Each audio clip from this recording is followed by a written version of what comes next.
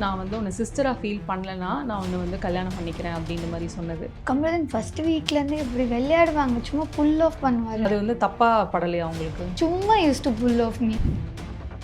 உங்களுக்கு ஒரு கிளிப்பிங் நான் வந்து காட்டுறேன். இதுவுமே விளையாட்டுக்கு தானா அப்படின்ற மாரி ஒரே நிமிஷம். கல்யாணம் பண்ணிக்கலாமான்னு கேட்பாங்க இங்க. கல்யாணம் பண்ணிக்கலாமா அப்படின்னு கேட்குறாங்க. நான் தனியாக இருந்தாலே சூப்பராக விளையாடி இருக்கணும்னு தோணுது. ஓகே. பட் அவங்க கேம் விளையாடி இருக்காங்க, நான் அதை பண்ணல. அம்மா இஸ் டிசப்பாயிண்டட் அப்படின்னு தெரிஞ்சது. எதனால? எஃப்ஜே அந்த விஷயத்தை கொஞ்சம் அவாய்ட் பண்ணியிருந்துருக்கலாம். இந்த ட்ரெஸ்ஸில் கூட நல்லா தான் இருக்கு. ரிலேட்டிவ்ஸ் கிட்ட லைக் அவ்வளோ ப்ரெஷர் பண்ணியிருக்காங்க. அவ்வளோ கால்ஸ் பண்ணி அவங்கள ரொம்ப இது பண்ணியிருக்காங்க. ஃபேமிலி வந்து சரியா கூட பேச மாட்டேங்கிறாங்க அப்படின்னு ஒன்று இருக்குல்ல. பிகாஸ் அது ஒரு ஃபேமிலி ஷோன்றபோது கொஞ்சம் பார்த்து இருக்கணும். ஆமாம், அதுக்கு I'm just telling. Hi, this is Deepika from red knoll. இன்னைக்கு நம்மளோட வியானா இருக்காங்க. ஹாய். ஹாய், எப்படி இருக்கீங்க? சூப்பராக இருக்கேன். நீங்கள் எப்படி இருக்கீங்க? All good. Of course the love and ரிசப்ஷன்லாம் வந்து ஒரு பக்கம் இருந்தாலும் உங்களோட ப்ரீவியஸ் வீடியோஸ் லைவ் அதெல்லாம் பார்த்தேன். அம்மா இஸ் டிசப்பாயிண்டட் அப்படின்னு தெரிஞ்சது. எதனால் அம்மா இஸ் டிசப்பாயிண்டட் அப்படின்னு தெரியுமா? பிகாஸ் யூ டோல் நான் எக்ஸ்ப்ளனேஷனும் கொடுக்க விரும்பலை அம்மா கிட்ட அப்படின்ட்டு அப்படின்னு மாதிரி சொன்னீங்க. எதனாலன்னு அட்லீஸ்ட் உங்களுக்கு தோணுது? எக்ஸ்பிளனேஷன் கொடுக்க விரும்பலன்ட்டு இல்லை, ஆல்ரெடி அவங்க வந்து கொஞ்சம் ஒரு மாதிரி இருக்காங்க. ஸோ இப்போ போயிட்டு நோயின்னு பண்ணிட்டு இருக்க வேண்டாம் அப்படி சொல்லிட்டு எஃப்ஜே அந்த விஷயத்த கொஞ்சம் அவாய்ட் பண்ணியிருந்துருக்கலாம் அப்படின்ட்டு அவங்களுடைய ஒரு தாட். அவ்வளோதான். ஸோ ஆனால் அந்த ஃபேமிலி தான் மேஜர் ஒரு பெரிய பேக் போனாக இருப்பாங்கள்ல. பிகாஸ் எதுவும் எந்த கான்டாக்டும் இல்லாமல் எதுவுமே இல்லாமல் வந்து ஃபேமிலி எங்கேயோ இருப்பாங்க, நம்மக்கிட்ட ஃபோன்ஸும் இருக்காது, ஒரு இடத்துல 70 days இருக்கிறது வந்து சாதாரண விஷயம் இல்லை. பட் ஆனால் when you come out family வந்து சரியாக கூட பேச மாட்டேங்கிறாங்க அப்படின்னு ஒன்று இருக்குல்ல, அது நீங்கள் எப்படி ஹேண்டில் பண்ணிட்டு இருக்கீங்க? கொஞ்சம் கஷ்டமாக இருக்குது. பட் ஸ்டில் என்னென்னா, எங்கெல்லாம் என்னை விட்டு கொடுக்கக்கூடாதோ அந்த இடத்துலலாம் அம்மா விட்டு கொடுக்கல. அந்த இடத்துல எனக்காக ஸ்ட்ராங்காக நின்று இருக்காங்க. ரிலேட்டிவ்ஸ் கிட்ட லைக் அவ்வளோ ப்ரெஷர் பண்ணியிருக்காங்க. அவ்வளோ கால்ஸ் பண்ணி அவங்கள ரொம்ப இது பண்ணியிருக்காங்க. அந்த இடத்துலலாம் ஷி ஸ்டுட் ஃபார் மீ, எனக்காக நின்று இருக்காங்க. ஸோ அதுக்கு I'm just telling thank you so much. அவங்க இப்போ மட்டும் இல்லை, என்னுடைய கரியர் ஸ்டார்டிங்லேருந்தே நான் என்ன பண்ணாலும் எனக்கு அவளை பற்றி தெரியும். நான் அவளுக்காக நிற்பேன் அப்படி சொல்லிட்டு. பட் என்னதான் இருந்தாலும் அவங்களுக்கு கொஞ்சம் கஷ்டமாக இருக்கும்ல. அவங்க என்ன சொல்கிறாங்கன்னா, எனக்கு உன்னை பற்றி தெரியும், இது எதுவும் show like it's okay, but still அது ஒரு விஷயம் தவிர்த்துருக்கலாம் அப்படி சொல்லிட்டு சொன்னாங்க. அவ்வளோதான். மற்றபடி கொஞ்சம் டிஸப்பாயிண்டடாக இருக்காங்க. இப்போ நான் சும்மா போயிட்டு அவங்கள இப்படி பண்ண நல்லா இருக்காது. ஸோ அவங்க ஜோனில் இருக்காங்க, நான் உண்டு, ரூம் உண்டு, ஃபோன் உண்டு, நான் அப்படியே போயிட்டுருக்கு.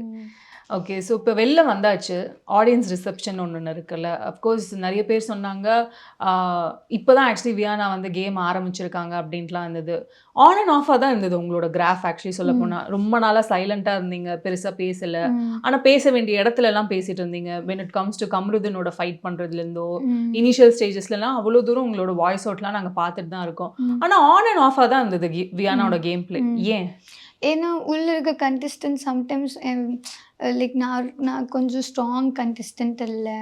நான் எது பண்ணாலும் கொஞ்சம் வந்து லைக் நம்மளை ஒரு ஆக்சுவலி யாரும் நம்மளை பேட் பண்ண மாட்டாங்க, எல்லோரும் கோ கண்டஸ்டன்ஸ் தான். பட் அப்ரிசியேஷன் எதிர்பார்த்துட்டு இருந்தீங்க. நான் எதிர்பார்க்கல. பேட் பண்ணலனாலும் பிரச்சனை இல்லை, என்ன பண்ணாலும் ஒரு விதத்தில் அது எக்ஸ்ட்ராடினரி கிடையாது அப்படின்ற மாதிரி ஒன்று குறை சொல்லிக்கிட்டு இருக்கும்போது ஒரு சில இடத்துல சரி நம்மளுக்கு அந்த வீடு க்ளோஸ்டான ஒரு வீடு, நம்ம கொஞ்சம் பிரேக் டவுன் ஆகும்ல. அப்படின்ற இடத்துல நான் குவைட்டாக இருந்தேன். ஆனால் எனக்கு தப்புன்னெல்லாம் தோணுச்சுன்னா அது குவெஷன் எதிர் அது கரெக்டோ தப்போன்னு எனக்கு தெரியாது, குவெஷன் பண்ணிடுவேன். ஆனால் நான் தப்பாக இருந்தேன்னா கொஞ்சம் லேட்டாக தான் ரியலைஸ் பண்ணிட்டேன்னா கண்டிப்பாக போய் சாரி கேட்டுருவேன். ஓகே. இப்போது நீங்கள் சொன்னீங்களே தப்புன்னா வந்து குவெஷன் பண்ணிடுவேன் அப்படின்ட்டு. பட் ஆனால் எனக்கு அது வந்து நீங்கள் உங்களோட ஏன்னா இப்போ நீங்கள் வெளில வந்துட்டீங்கனால நீங்கள் பதில் சொன்னால் இன்னும் கரெக்டாக இருக்கும் அப்படின்ட்டு நிறைய பேர் வந்து இந்த ஸ்டேட்மெண்ட் ஆஃப் கமருதனுக்கு வந்து ரொம்ப அகெயின்ஸ்டாக இருந்தாங்க. அதாவது நான் வந்து உன்னை சிஸ்டராக ஃபீல் பண்ணலைன்னா நான் உன்னை வந்து கல்யாணம் பண்ணிக்கிறேன் அப்படின்ற மாதிரி சொன்னது. அது நீங்கள் எப்படி பார்க்குறீங்க? அது வந்து தப்பாக படலையா உங்களுக்கு? கமருதன் ஃபர்ஸ்ட் வீக்லேருந்தே இப்படி விளையாடுவாங்க, சும்மா புல் ஆஃப் பண்ணுவார். நீ என்ன என் அண்ணன் கூப்பிட்ற, அண்ணன் கூப்பிடாத அப்படி சொல்லுவார். அப்புறம் அவர் ஐஸ்கிரீம் எல்லாம் மேக் பண்ணுவார். அந்த கொடுக்குற மில்கையும் அந்த ஆப்பிளை வச்சு ஒன்று பண்ணுவாங்க. அப்போ நான் போய் கேட்கும் போது கொடுப்பாரு, 2-3 தடவை கொடுப்பாரு. 3வது தடவைக்கு மேலே போய் கேட்டனா நீ அண்ணன் கூப்பிடுற அந்த ஐஸ்கிரீம் மட்டும் கேட்குற அப்படி சொல்லுவார். சும்மா use to pull off me. அப்பப்போ வந்து சும்மா இப்படி சொல்லுவார், நீங்கள் பேசியிருந்தீங்கன்னா அப்படி நான் அந்த 2 பேர்கிட்ட பேசி சும்மா யூஸ் டு டூ அவ்வளோதான். பட் ஆனால் இப்போ இது வந்து சும்மா விளையாட்டுக்கு சொன்னாங்க அப்படின்னு இருக்கும்போது உங்களுக்கு ஒரு கிளிப்பிங் நான் வந்து காட்டுறேன். இந்த கிளிப்பிங்கில் வந்து இதுவுமே விளையாட்டுக்கு தானா அப்படின்ற மாதிரி ஒரே நிமிஷம். சத்தியமா கேம் இல்ல பாரு, கல்யாணம் பண்ணிக்கலாமான்னு கேட்பாங்க இங்க. இது வந்து நான் உண்மையா கேம் இல்ல, இது சத்தியமா கேம் இல்ல பாரு, கல்யாணம் பண்ணிக்கலாமான்னு கேட்பாங்க இங்க. யாரை கேட்பாரு? கமருதன் இஸ் ஆஸ்கிங் பார்வதி கல்யாணம் பண்ணிக்கலாமா அப்படின்னு கேட்குறாங்க. அதுதான் இப்போ என்னன்னா அவர் அடிக்கடி இந்த விளையாட்டுக்கு சொல்றது அந்த மாதிரிலாம் வந்து ஒரு பக்கம் இருந்தாலுமே இப்போ இதுவுமே ஒரு டவுட்டாக தான் வந்து இப்போ பார்வதியுமே கேட்டிருக்காங்க, இது ஒன்றும் கேம் இல்லையா அப்படின்ட்டு. What is going on between them அப்படின்ற அளவுக்கு தான் இருக்குது. நீங்கள் வந்து பார்த்தீங்களா என்னன்னு தெரியல. அம்மா வந்துட்டாங்கன்னா சொல்லிடுடா நான் கல்யாணம் பண்ணிக்கிறேன் அப்படின்லாம் சொல்கிறது, அவங்கக்கிட்ட இருக்கிறது லவ் தானா அப்படின்ட்டு. நான் வெளியில் வர எல்லா கண்டஸ்டன்ஸ் கிட்ட கேட்குறது வந்து அது லவ்வாகவே தெரியல அப்படின்ற மாதிரி சொல்கிறாங்க. ஆனால் what is even happening there அப்படின்ற அளவுக்கு நாங்கள் பார்க்குறது நீங்கள் பார்க்குற அளவுக்கு நாங்கள் நிறைய உள்ள பார்க்குறதில்ல. உங்களுக்கு புரியுதா? பிகாஸ் எந்த ரூமில் என்ன நடக்குதுன்னு வெளியில் என்ன நடக்குதுன்னு எங்களுக்கு தெரியாது. கார்டனில் நடக்குது, லிவிங் ரூமில் இருக்க எங்களுக்கு தெரியாது. இப்போ நான் உள்ளே பார்க்காத நிறைய விஷயம் வெளியில் வந்து கொஞ்சம் பார்த்தேன். ஸோ அவங்களுக்குள்ள என்ன ஃபீலிங்ஸ் இருக்குன்னு அவங்களுக்கு தான் தெரியும். ஓகேவா? லைக் அது ஒரு க்ளோஸ்டாக இருக்கிற ஒரு என்விரான்மெண்ட். வெளியில் போய் அவங்க கண்டினியூ பண்ணுவாங்களா பண்ண மாட்டாங்களா, நிஜமாகவே அவங்களுக்குள்ள என்ன ஃபீலிங்ஸ் இருக்குன்னு அவங்களுக்கு தானே தெரியும். புரியுது. பட் ஆனால் when it comes to the season 9 அப்படின்னு வச்சுக்கோங்களேன், இது வரைக்கும் பார்க்காத நிறைய விஷயங்கள் வந்து இந்த சீசன் 9 வந்து ஒரு பேர் வாங்கியிருக்கு அப்படின்னு தான் சொல்லணும். வரிசையாக சொல்லிட்டு போகலாம். இது என்ன ஏன் வந்து ஒரு மாதிரி 18+ இருக்குது, ஏன் இது வந்து ஒரு லவ் ட்ராக்ல வந்து ஒரு கேமுக்காக எதுக்கு லவ் ட்ராக் போகணும், ஏன் கண்டஸ்டன்ஸ் வந்து பிக் பாஸ் பேச்சை கேட்க மாட்டேங்கிறாங்க, ஏன் வந்து பிக் பாஸை ஓன் பண்ண மாட்டேங்கிறாங்க, பிக் பாஸ் மேலே பயம் இல்லை, ரூல்ஸ் ஃபாலோ பண்ணுறது இல்லை, இன்னும் சொல்லிக்கிட்டே போகலாம். இந்த மாதிரி இன்னும் நிறைய விஷயங்கள் வந்து கேட்டுக்கிட்டே இருக்காங்க. ஸோ அந்த ஒரு comments on the Bigg Boss season 9 அப்படின்னு ஒன்று இருக்குல்ல, ஸோ அதை எப்படி பார்க்குறீங்க நீங்கள்? நான் இல்லை பிக் பாஸ்க்கு பயப்படுவேன். பிக் பாஸ் சொன்னாலே எனக்கு ஐயோ எனக்கு அது மாதிரி வீக்கெண்டில் சார் ஏதாவது சொன்னால் கூட அந்த 2-3 டேஸ் நான் ஒரு மாதிரி எனக்கு கஷ்டமாக இருக்கும். ஐயோ நம்ம இப்படி பண்ணி இருந்திருக்கக்கூடாது சொல்லிட்டு பிக் பாஸ் வேணாம் மேக்கப் அப்படின்னும் போது டக்குனே தூக்கி போட்டுட்டு லைக் நான் அப்படி இருக்கேன். பட் அவங்க எப்படி எடுத்துக்கிறாங்கன்னு எனக்கு தெரியல. லைக் ஈச் அண்ட் இண்டிவிஜுவலோட ஒரு விஷயம் புரியுது. பட் ஆனால் அது ஒரு மாதிரி 18+ஆகவே ட்ராவல் ஆகிட்டு இருக்கே, ஃபேமிலி ஆடியன்ஸ்லாம் பார்க்குறாங்க, இது எப்படி அது சாத்தியம், அது சரியில்லையே அப்படின்ற அளவுக்குலாம் தானே கேட்பாங்க. ஸோ அது நீங்கள் எப்படி பார்க்குறீங்க? ஆமாம் அப்படி பிகாஸ் அது ஒரு ஃபேமிலி ஷோன்ற போது கொஞ்சம் பார்த்து இருக்கணும். ஆமாம் புரியுது.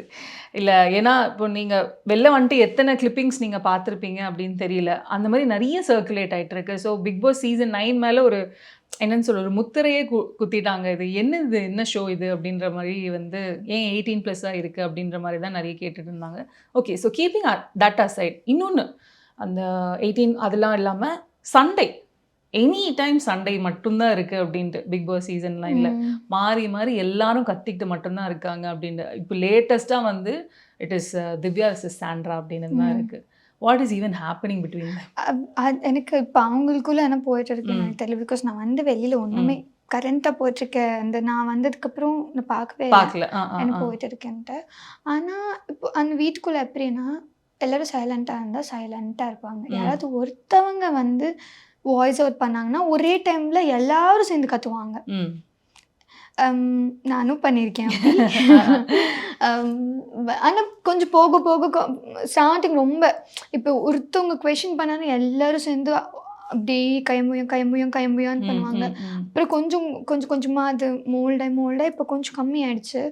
பட் ஆனால் அந்த வீடு எப்படின்னா நம்மளுக்கு ஒன்று என்டர்டைன்மெண்ட்க்கும் மைண்ட் டைவர்ஷனுக்கும் வேறு நம்மளுக்கு வேலைன்னு ஒன்று எதுவுமே இல்லை. அந்த வீட்டில் டாஸ்க்கு நம்ம இருக்கிற 10 பேர் பார்த்துக்கணும், சாப்பாடு, அப்புறம் இப்படி தான் அங்கே. ஓகேவா?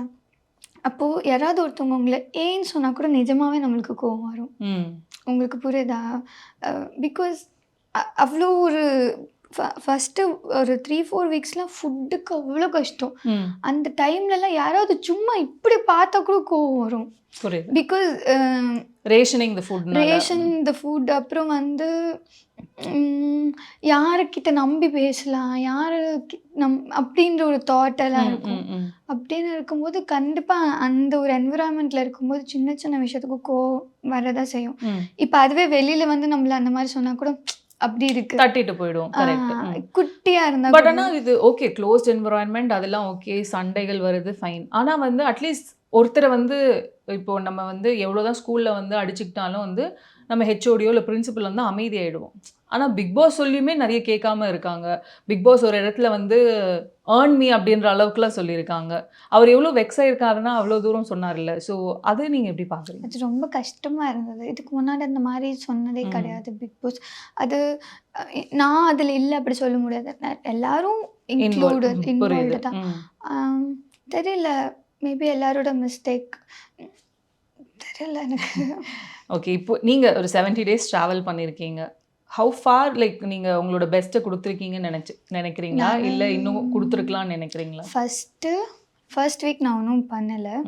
பிகாஸ் எனக்கு ரொம்ப புதுசு. அப்புறம் எல்லோரும் என்னை வந்து மதிக்கவே இல்லை. Second week, third week, fourth week, fifth week, sixth week வரைக்கும் பாம். பிகாஸ் நான் தனியாக இருந்தாலே சூப்பராக விளையாடி இருப்பேன்னு தோணுது. ஓகேவா? ஸோ லைக் எனக்கே தெரிஞ்சது. ஈவன் அவங்க என்னை பற்றி பின்னாடி பேசினா கூட பிரச்சனை இல்லை அப்படி சொல்லிட்டு நான் ஸ்ட்ராங்காக எனக்காக நிறைய இடத்துல நினைக்கிறேன். ஈவன் ஒரு சின்ன தண்ணிக்காக கூட நான் வந்து எனக்கு வேணும், நீங்கள் எப்படி எனக்கு கொடுக்காம அவங்களுக்கு கொடுத்தீங்கன்னு சொல்லிட்டு நினைக்கிறேன். பட் போக போக I became comfortable with people. எல்லாருக்கிட்டையுமே கம்ஃபர்டபுள் ஆனவுடனே நான் அவங்களை கொஷின் பண்ணுறதே கம்மி பண்ணிட்டேன். ஈவன் அவங்க ஏதாவது பண்ணால் கூட கொஷின் பண்ணுறதே கம்மி பண்ணிட்டேன். அவ்வளோதான். Because I became so comfortable. எப்படி இவங்களுக்கு கேள்வி கேட்கறது அந்த மாதிரி ஆகிட்டேன். ஓகே. பட் அவங்க கேம் விளையாடி இருக்காங்க, நான் அதை பண்ணலை. ஓகே. ஆனால் to a certain extent I can clearly see like Viyana has played an individual game தான். லைக் நிறைய குரூப்ஸ்ன்னு ஒன்று இருக்கும்போது ஐ திங்க் நான் பார்த்த வரைக்குமே Viyana has played a individual game. ஏன்னா அது யாருமே பெருசா அதை அட்ரஸ் பண்ணலையோ அப்படின்ற மாதிரி தான் தோணுச்சு. எங்கேயோ நீங்க கூட்டத்துல ஏதோ காணாம போயிட்ட ஒரு ஃபீல் வந்து ஒரு பக்கம் இருந்தாலும் you have played an individual game. அதுக்கே ஒரு பெரிய குடோஸ்.